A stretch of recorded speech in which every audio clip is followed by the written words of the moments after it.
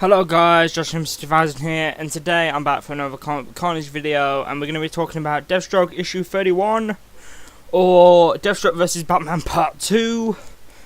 For some reason it doesn't have the Part 2 on here, but whatever. Have no idea how long this miniseries is going to be going on for, this whole DeathStroke vs Batman idea, this whole story arc. But, this one, Slade is flying somewhere with Wintergreen. Wintergreen is back all of a sudden. I thought he left, but obviously not. He's back. Slade roped him into something, as per usual. And, well, first thing is we open with, Jericho talking again. Very similar sort of vein. And we also get Robin talking again about Batman, so they use that motif again. Slade and Wintergreen get shot down, and hence the name Nightmare at 3,000 feet. There was another cover for this actually that didn't have like all the Batman vs Deathstroke one. I nearly picked it up, but I didn't, because I just thought it would be easier to see what it is with the whole like, yeah. And basically, Slade gets his icon suit on and dives out, but he's lost his sword.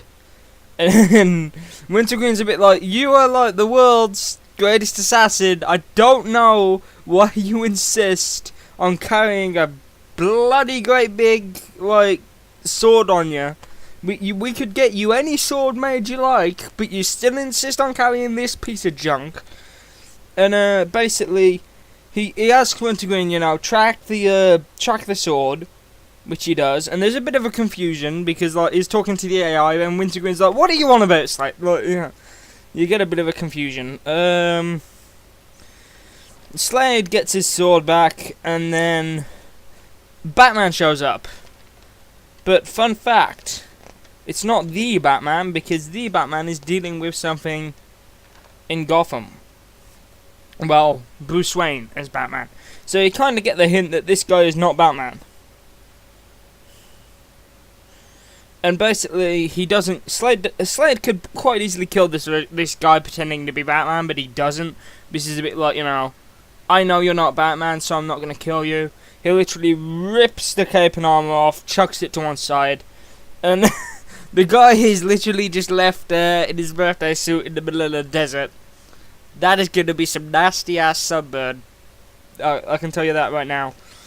And Slade's walking. We go back to Bruce trying to figure out what's been going on. Because basically, Bruce's tech has been compromised. And Jim shows up and he gives him a warning. He's like, look, your tech's been compromised. You're going to get a call from the FBI, CIA. I don't know who it is, but it's going to have 3 letters. You're going to get a call off some organization. You need to sort this out. So basically, Bruce takes 2 armed thugs with guns, which is unusual for Batman. And they confront this guy that stole the chip, and like they try and sort that out. Meanwhile, Slade is walking around, and a sniper tags him in the shoulder. It doesn't really do much, bounces off his armor. And Slade's like, alright, that's the only one you get, but you've effing warned. Like, I don't know why they don't just have him curse in this. Why does Slade always say effing? Is it, I've never understood that. Why don't they just have him straight up curse? Don't ever aim a gun at me again. Like, Slade's basically threatening these guys. And a woman comes out with a sword. A woman comes out with Slade's sword, but she's wearing a mask, so we don't really know who she is. And basically she says, when you last visited this place, you killed dozens of their brothers. And Slade's just like, oh, too bad for their brothers. Raise a weapon to me and die. And then the woman's like, very well, I choose death. And it's like, eh? Then we get a scene with Batman and Adeline talking.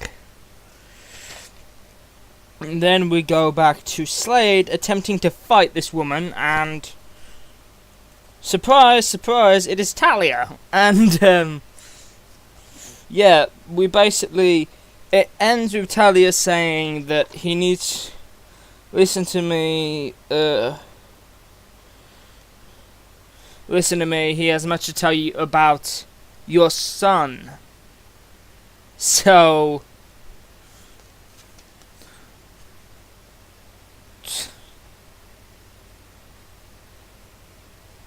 oh, and also there's an advertisement for the wedding of.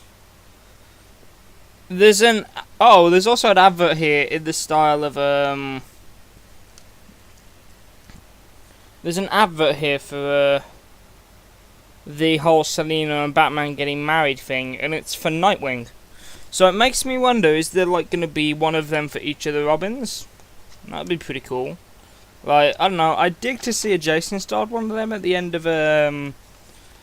Batman and at the end of Red Hood and Outlaws. That would be pretty cool. Don't know what's at the end of the Deathstroke book though. Probably because they're doing this whole crossover nonsense with Batman versus Deathstroke. But anyway, I'm trying to find the.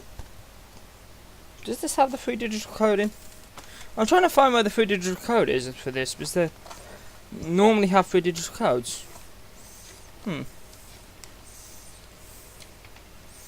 Peculiar. Have they got rid of it then? Anyway, guys, I'm just trying to figure out. But anyway, overall, this is solid. Deathstroke is going back to what he's supposed to be, and I actually think I'm going to continue to pick up Deathstroke from now on if it continues in this vein, because we've kind of got over the stupid Defiance bullshit, and it's going back to Deathstroke. For some reason, there is no 3-digital issue in this one. Have DC stopped doing that now? I'm confused. Okay, that's strange. When they stopped doing that, that's kind of a kick in the dick. Because I mean, like, you know, I had like I had them digitally, and it's like now I don't. Fuck's sake. No, never mind. Maybe it's just this one issue. I don't know. It's weird. Or have they stopped doing it in general? I'll have to see. When the next Red Hood and Outlaws one comes out, if it still has a digital code on, then it might just be this one issue. Sorry, I just want to point that out for you guys. For those who buy single issues expecting... expecting the 3-digital issue, there isn't one this issue. Which is strange. But anyway, overall, really good art, really good story. I want to see where they're going with this whole Batman vs. Deathstroke thing. I think they're basically implying that Damian isn't actually Bruce's son, which is kind of cool. Because I mean, like, Slade is kind of denying it. Is like, what? No. I mean, come on. Do you know how big my bill is for fucking that stuff? Not mine. Didn't do it. Me and Talia was a long time ago. And Bruce is like, yeah, right, I don't believe you. You being, you know, I don't trust you. But anyway, it's definitely. I'm actually hooked on Deathstroke again. I'm reading it and I'm hooked and I'm picking up every single issue without fail. It's I'm not complaining. Deathstroke is going back in the right direction. Let's hope they can do it with the side characters. So they've kind of they're putting more emphasis on Slade now, which is good because Slade used to feel like a background character in his own book sometimes. Like this don't get me wrong, I like Rose Wilson, but I feel she had too much emphasis on her in the first volume. And to be honest, she was probably the only one of the Wilson kids that was actually written right up until Defiance, and they just fucking chucked it out the window, and now the only character written well in here is Deathstroke. But we'll have to wait and see. I think we're going back to old form now. We're leaving the Defiance stuff behind. But like, it's been a while since I'm like, oh, next Deathstroke issue now, please. now, please, don't make me wait a month, please, now, please, don't make me wait. But I'm literally, that's normally the feeling I get when I read Red Hood and Outlaws. I'm like, oh, come on, I can't wait. Can't the next one come out like tomorrow? Well, you know, can't you do these things in batches? Whereas like this one is like, I'm actually genuinely, that cliffhanger makes me want to know what the hell is going to happen next. Because even Talia admits that it is Slade's son. Damien is Slade's. She literally straight up says that, or she implies that, and it's like, what? Even Slade looks shocked. He's like, okay, it's more like, hang on. There we go. Sorry, I don't have an eye patch. I had to improvise. Yeah. Man. I'm just happy the Deathstroke comics appear to be going back in a reasonable-ish direction.